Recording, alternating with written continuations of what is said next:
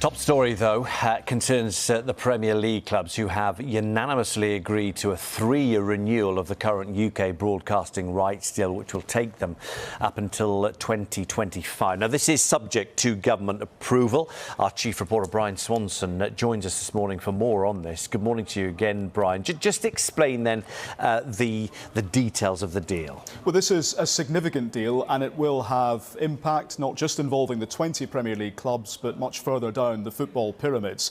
What has happened is that this week the 20 clubs have agreed an approval in principle for a new 3-year deal, an extension, a rolling deal that continues on from the current broadcasting deal that is in place with the UK broadcasters. So that includes Sky Sports, BT Sport, Amazon Prime Video and BBC Sport. The Premier League say this will give security and continuity throughout football until at least 2025. Crucially and significantly here, the Premier League has confirmed an additional £100 million of funding over the next 4 years, which also includes the grassroots game. More than 1,000 clubs, they say, will benefit from the funding. National League, Women's, Girls Football, League One, League Two clubs and the Football Foundation. It will also go towards some of their projects, looking at head injuries and anti-discrimination work. Richard Masters, the Premier League Chief Executive, has said that the Premier League would like to express our gratitude to our broadcast partners for their continued commitment. The proposed new deal, he says, will reduce uncertainty, generate stability and promote confidence within the game. The deal, Bryan, requires government approval. So what has the government had to say?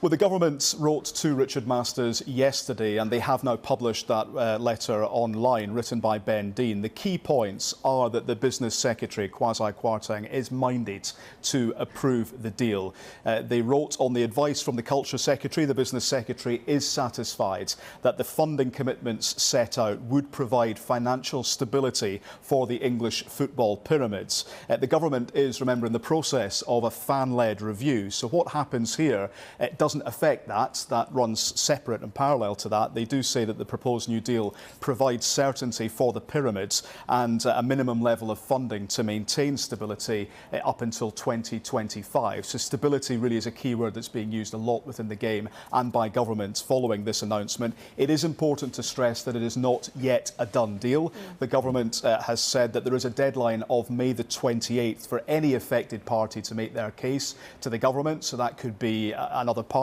involved, it could be another broadcaster who might say, well, this deal isn't good enough. But the fascinating thing here is that when you speak to people in the game, the Premier League, the Football Association, government, they all say that this is a good deal for football. So if anyone was to contest that, what are they going to contest and for what reason? And are they going to offer even more to within the game across the football pyramid? So the feeling here, and that's note the language here, the Business Secretary is minded to. Clearly they like what they're seeing, but they've not yet rubber stamped it. And that language, it's interesting to hear how, I mean, you've mentioned it yourself, Bryan, a couple of times, how it's not just going to benefit the top, but it's right across the football pyramid. So what effectively will this mean for clubs both in and outside of the Premier League? So we're waiting for a full breakdown of the deal. As is always the case when these deals get announced, we go right into the detail and say, right, what does this mean for Club X, Club Y, Club Z?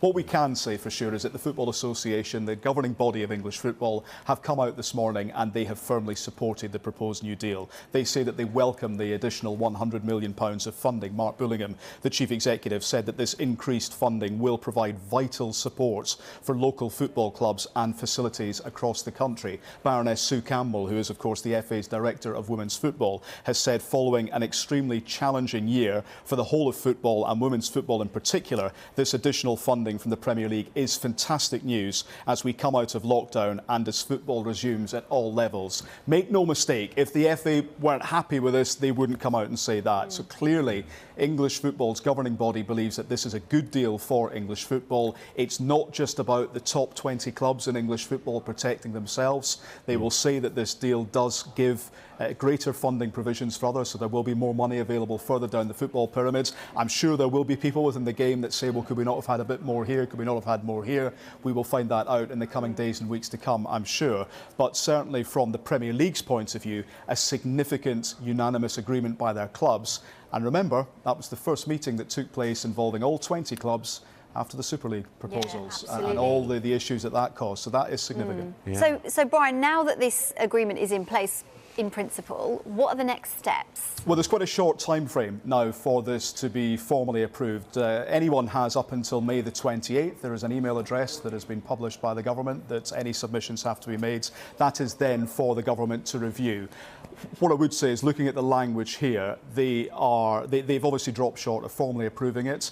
Plenty of questions about why they need to go through this process in the first place. I'll spare you the legal talk, but basically this is what they call a closed process. It's not been open to tender for everyone. That's why there has been, I think it's called an exclusion order that the government has had to approve. That's why it's gone to them to formally ratify. But basically there's a couple of weeks for anyone who can test this, anyone who says that they can do better to make their claim. But ultimately it's for the government to approve. But as they have said, they are minded to do that.